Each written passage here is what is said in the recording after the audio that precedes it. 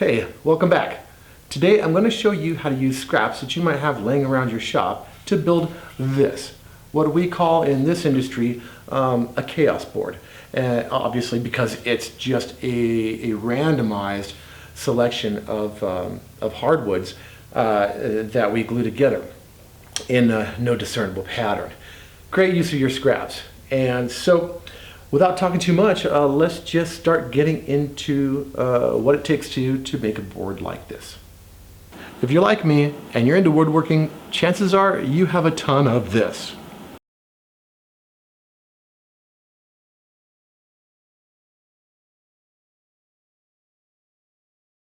What that is it's all the scraps and cut-offs from all the projects that we've made over the past several weeks. And I say several weeks because I did this just a month ago, where I took all the scraps in my shop and I tried to come up with things to make out of it. So I didn't have to throw it away. We do have a big fire pit that a lot of our unusable wood goes into, but I don't like to burn wood if I don't have to. And I certainly hate to just throw it away. So today I'm going to show you how to make a chaos board, is what they call it, and you'll see them online. But I'm going to show you how I do it. I'm going to show you how I use my scraps to make something that is worth money and I can sell.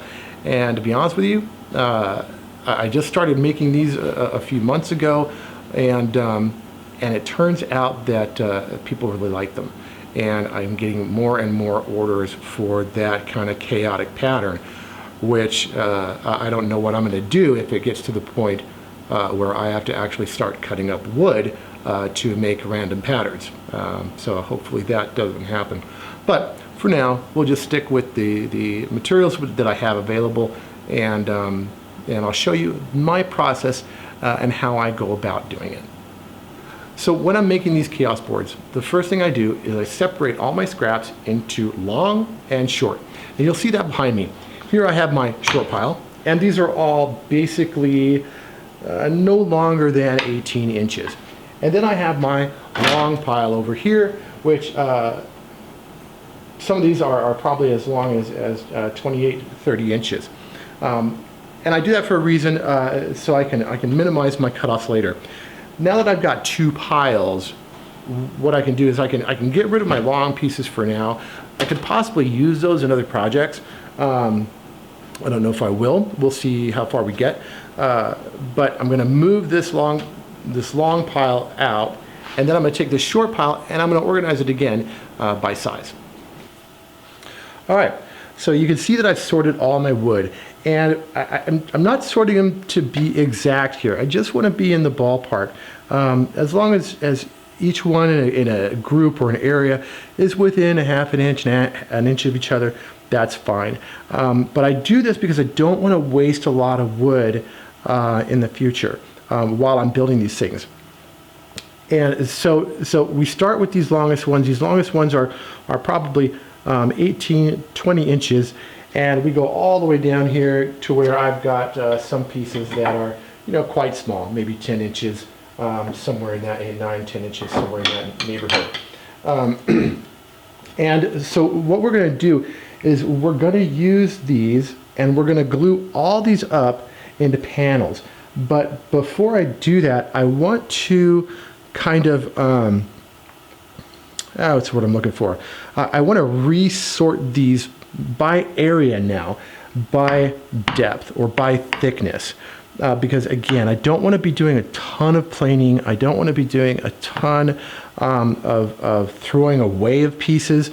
So if I can just resort, and I'll take an area like this here, maybe 10, 12 boards, and I'll resort these by thickness or by height. I've got them standing up on their edge now, and I'll resort them by height. And that way I've got a lot of wood that I can use together, and I won't end up wasting a whole lot. All right, so I don't know if you can see it, but basically I have now resorted these all by thickness.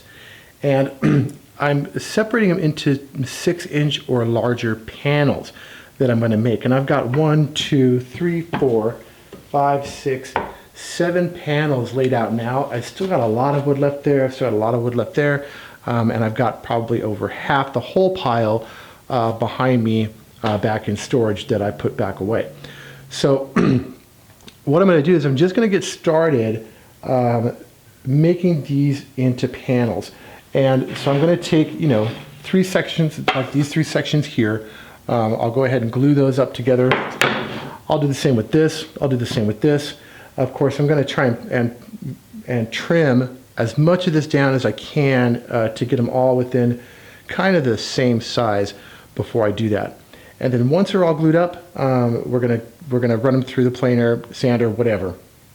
And then you'll see how all this kind of magic comes together.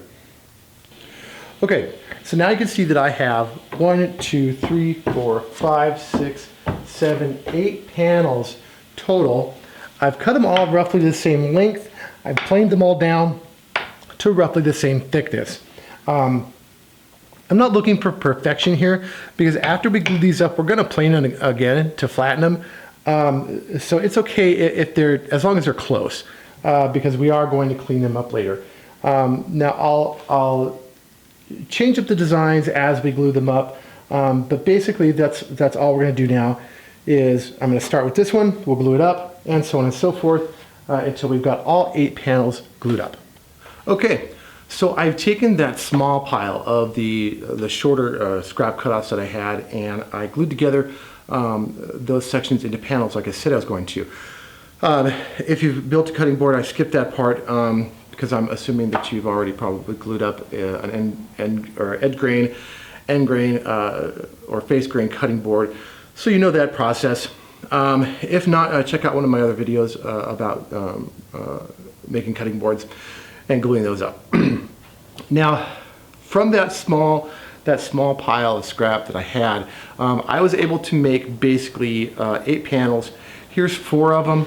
The other 4 are right behind me.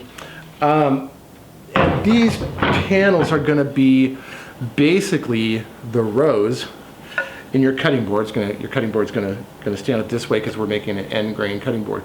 But that's going to be your rows for your chaos pattern. These are all glued up. They're not planed yet or anything. They're just glued and dried. That was a small stack. And remember that I organized everything by length and then planned out the panels that way. And because I did it that way, if you can see here, this is all the scrap that I got from that. It's kind of a small pile, but still, this is nothing. This is just tiny little cutoffs, very, very little wasted wood. All that waste, just that little tiny bit of waste to make 8 different panels. So it makes sense to organize your wood by length or thickness or whatever it is that, or both, to try and minimize how much wood you're wasting. This project is pretty time consuming. It takes at least 2 glue ups and a lot of planing, a lot of preparation. So you don't want to add to your frustration by having a whole lot of waste, because we're already going to be trying to get as much as we can out of these boards to make them profitable, considering how much time we put into them. So that was the small stack, but you'll see I still have this huge stack here of cutoffs that I'm going to go ahead and use. 8 of these panels here is probably enough to make 2 or 3 boards, chaos boards out of. But I've got all this scrap. My son has asked me for one of these for Christmas, so I'm gonna go ahead and make him one too. So I'm gonna go ahead and use some of this scrap to glue up some more panels, and that way I've got a little more variation in my chaos board than just these 8 panels, and you'll see what I'm talking about as we go through it. But I'll go ahead and do that now. I'm going to organize all these by length. Okay, as you can see, I've got everything laid out now and kind of roughly organized by length. I've got purple heart in here, maple. I saw a piece of curly maple in here. I've got Padauk. I've got walnut. Here's a piece of mahogany. And that's what we want. We want a lot of color variations. A lot of cherry in here, if I didn't say that already. We want a lot of color variations in the chaos board so that everything kind of stands out. And and we want to do that by just alternating between kind of contrasting colors as we go. So I'm going to probably use, I don't think I'm going to use this whole stack. We may find a use for some of this, but I think probably half of this stack here I'm going to use, and I'm going to go ahead and lay them out into the panels that I like visually, remembering that I'm going to be looking at them from the end, not the top. And so I'm going to go ahead and do that now. I'll organize these into the panels that I want to glue up. Okay, so I've just organized these into, I think I'm just going to glue up 2 more panels since these are pretty long. And I've got a lot of maple in the 8 panels that I made earlier, and which is a good thing because I seem to be running low on these maple scraps. So I've got this long one here. I've got this relatively shorter one here. When I glued up those panels, when I designed those panels before, if you remember, I was going for about 6 inches on the width, 6 to 7 inches on the width. You don't want to be exactly 6 inches. You want to give yourself a little room, because when we glue these up, we don't want a seam running up in a visible way up through the board. So if you offset that by making those panels somewhere between 6 or 7 or whatever your project is going to call for, we're going to double or triple those to make long ways to make a longer board. But you don't want those lines going straight up. So I did at least 6 to 7 there. On these I'm aiming for 7 to 8, and that should give me enough of an offset through this chaos board that you don't see those seams at all, and there's no visible line up one part of the board. Okay, so now that these are all basically sectioned out, I'm going to take them to the table saw.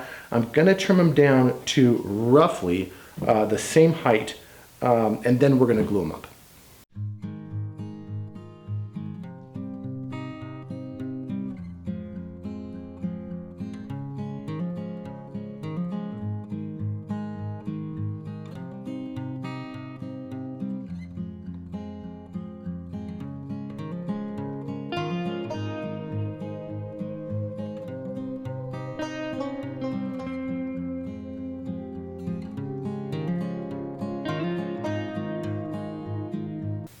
All right, so I've got 10 panels here, small panels between 6 and 7 inches wide, 12 inches all the way to 24 inches long. And I've scraped off most of the excess glue. So now I'm going to run these through the planer to get them all flat, and then we'll use the miter saw to square off the edges.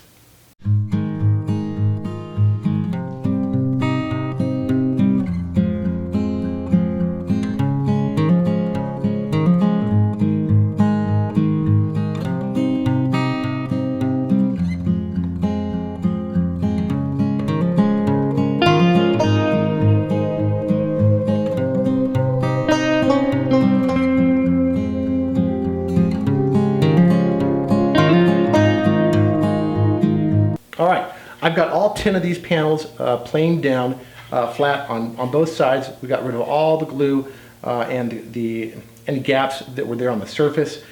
And so I'm just gonna run these through one time on each edge on the jointer to make sure we don't have any glue up problems when we get there, just to make sure they're nice and square. So let's do that, and then after we joint them, we're gonna take them to the table saw and we're gonna cut these into 2-inch cross cuts, because that's what's going to make the board. We're going to cut this at 2 inches, and that'll make one row, and then we'll just stack them on end to make this end grain cutting board, and we'll fuss with the pattern and such when we get there. All right, let's go do it.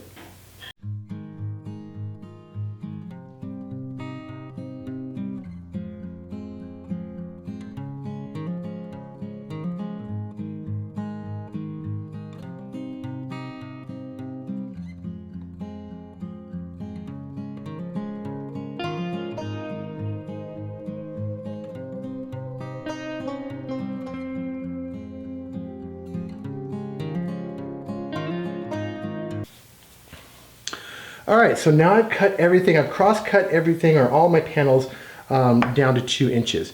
And so you want to keep all of your parts together because we're going to pull from each section to make the boards. And I think out of this, this scrap here, I think it looks like I'm going to probably get 2 boards out of this. Not too bad. It's a lot of work just to get 2 boards out of it, but that's the way the cookie crumbles. So let's go ahead and start arranging this in a pattern that we like.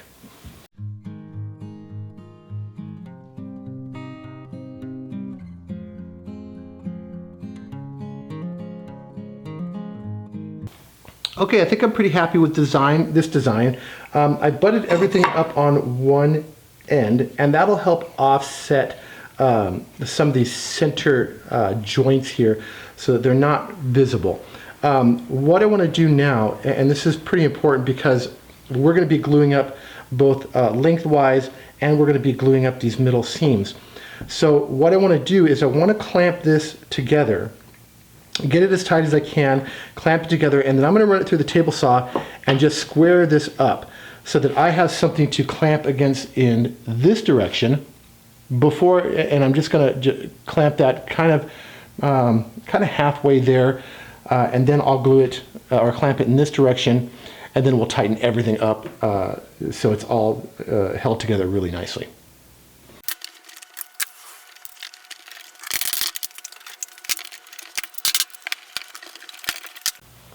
Okay, I'm ready to glue this thing up. You'll notice I have 2 cauls here. These are maple cauls that I cut for the last board that I did, and they just got some clear packing tape on one side so that the glue won't stick to them.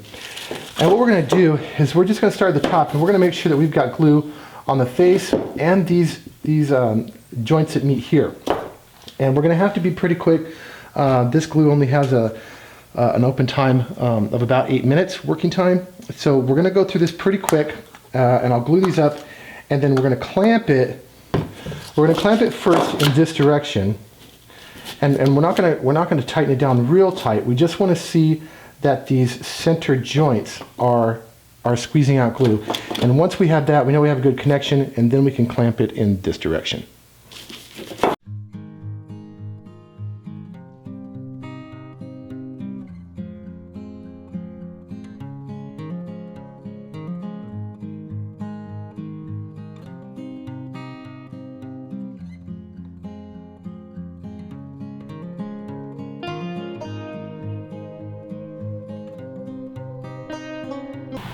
All right, so we've got the board flattened. This is a small board. I wanted it to be a small board, but you'll see it is very thick. It's almost 2 inches thick.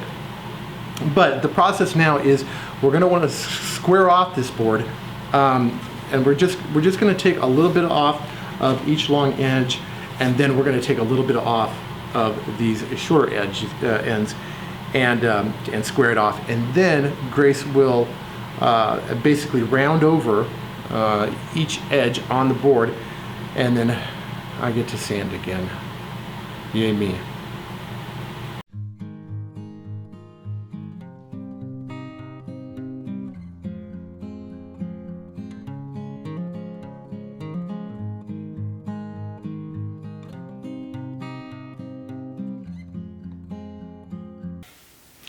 All right, so we're all squared up, and we've got rounded edges that we did with the round over bit on the router. And so now all we've got to do is sand this thing. And I'm going to start with 60 grit and sand it, the complete board all the way around. And then I'll move down to, or up to 120 grit.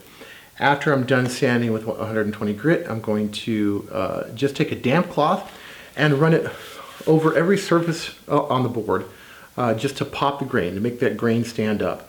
And then once it dries, I'll give it a finish sanding at 220, and then we'll bathe it in mineral oil. So let's go ahead and sand, and sand, and sand.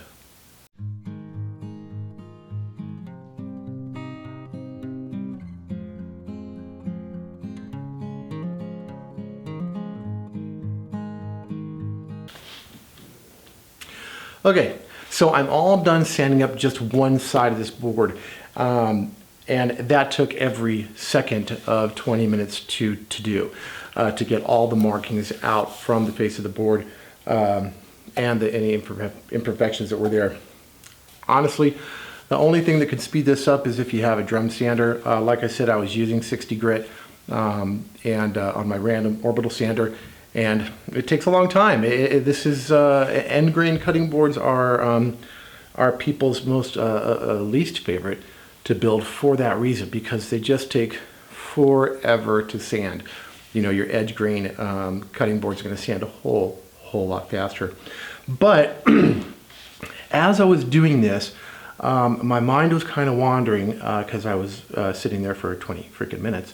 And I remembered a time when I was at Dakota Hardwoods. And I ran into a guy who had just started making cutting boards. And he was showing his cutting board off to everybody in the office.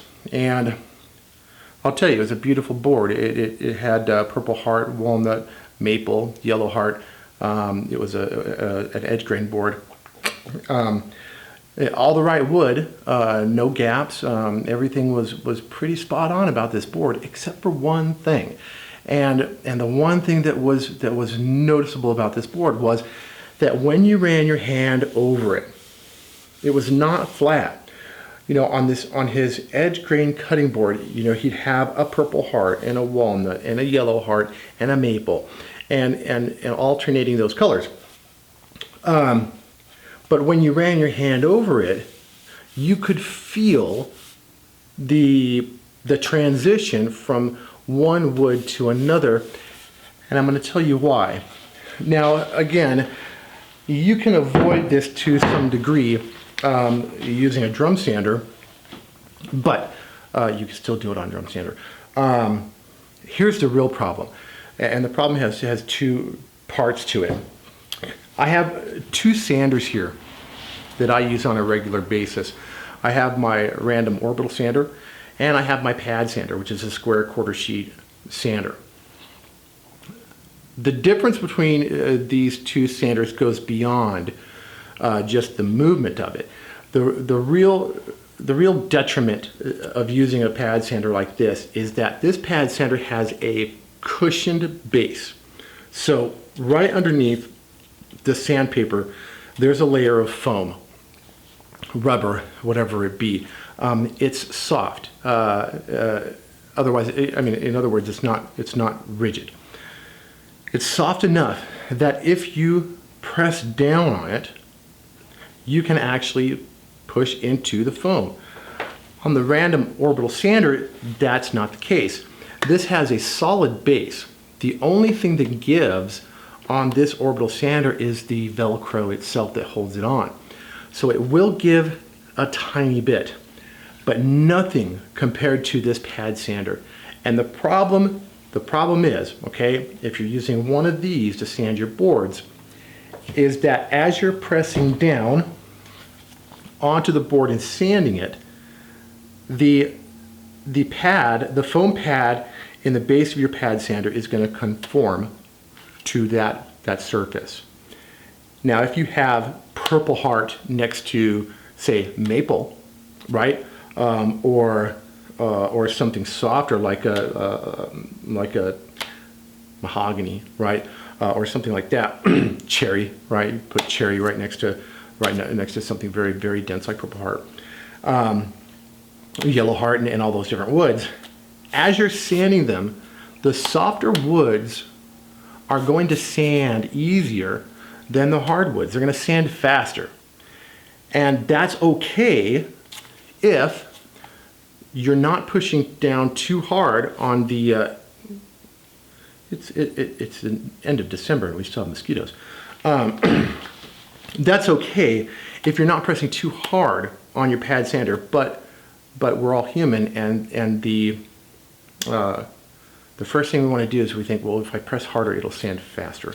And there's some truth to that. But what you end up doing is you're pushing this in, this soft foam pad is conforming, and it's going to actually squeeze down into your softer woods while resting on your harder woods, and it's going to carve out those softer woods to a greater depth than the hardwoods that are surrounding it. And what you end up getting is when you run your fingers over the board, you can feel this bumpy texture as each different wood species transitions, which is terrible to cut on.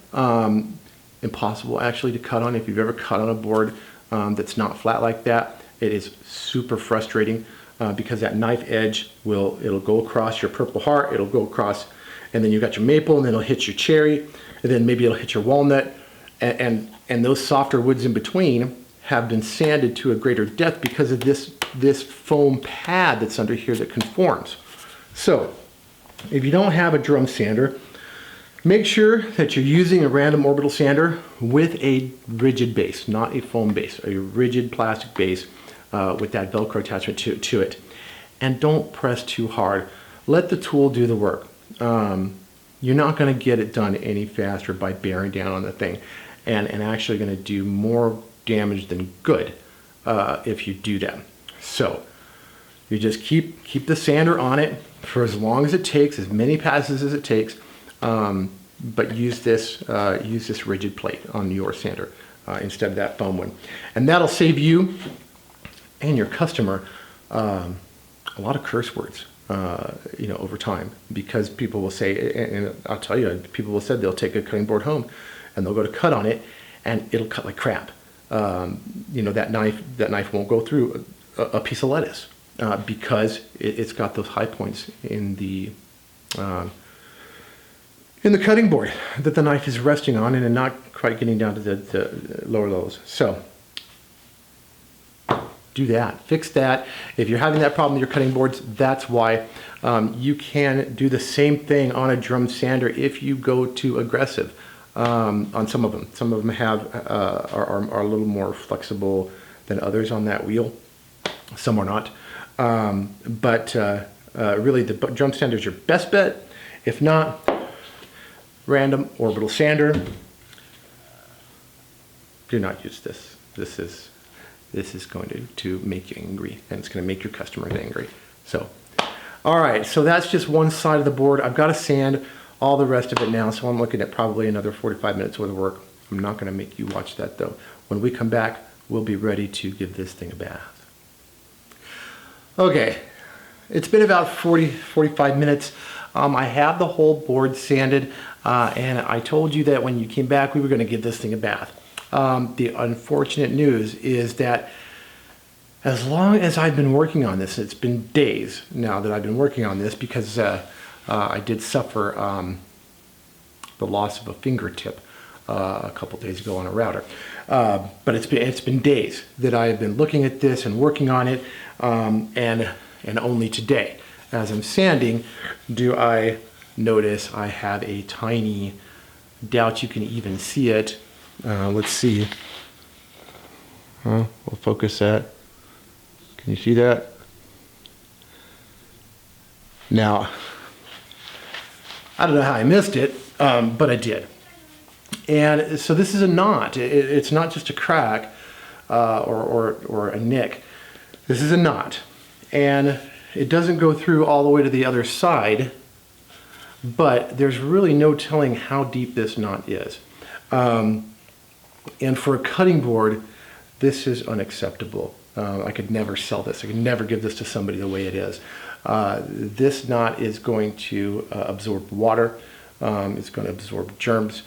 Food particles are going to get down in there. Water really is my main concern. It'll get down in there, it'll expand the wood, and then you'll eventually get a crack over time. So we have to do something about this. Now, if this were just a small crack, if this was just a bad glue gap or something like that, normally I would, if it's a small enough imperfection, I would just glue sand it, which is where you rub a little bit of glue into the crack and then you sand it to get those sanding particles into the glue, and you get that to really just kind of mesh up together and soften it. But this is not one of those times. Glue is not really a void filler. It's going to get soaked up by the wood. So if I put glue in here, it's just going to go down. It's just going to get soaked in. And I don't want to use glue. What I'm going to have to use, and I hate doing it because it takes forever, This is going to delay me another day. But I'm going to have to epoxy this with some clear epoxy. And that will not only fill the void that this knot has created, however big it is inside, the epoxy will fill it. But the epoxy will also stabilize this knot and prevent it from breaking. Epoxy is super, super strong. And once it dries, which takes about 24 hours, if it's cold, could take a little bit longer. But that's what we're going to do. We're just going to put a little dab of epoxy in here. We're just going to keep dripping the epoxy in until I've got just a little tiny bubble on the top that I can sand off once it's cured. So I guess let's go ahead and do that, and then it's back to sanding after that.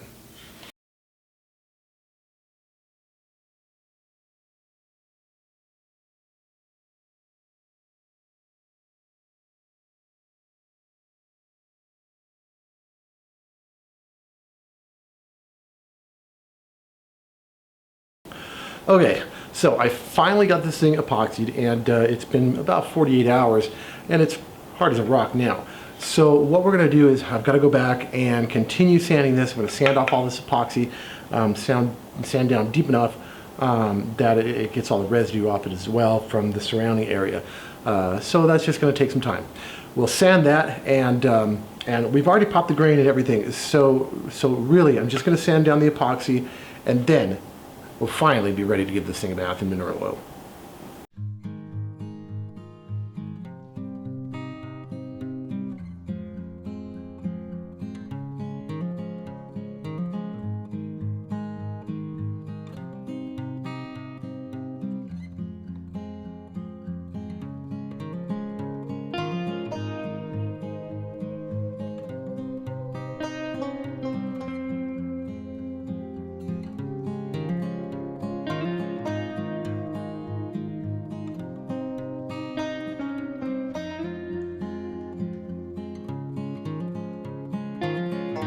All right, so we're all done. She's oiled up. Now this was, I made this out of, again, those scraps that I had.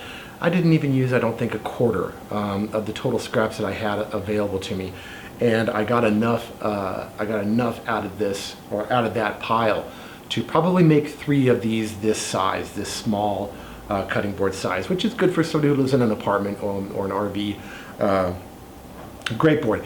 I sell out of these faster than I can make them, to be perfectly honest with you.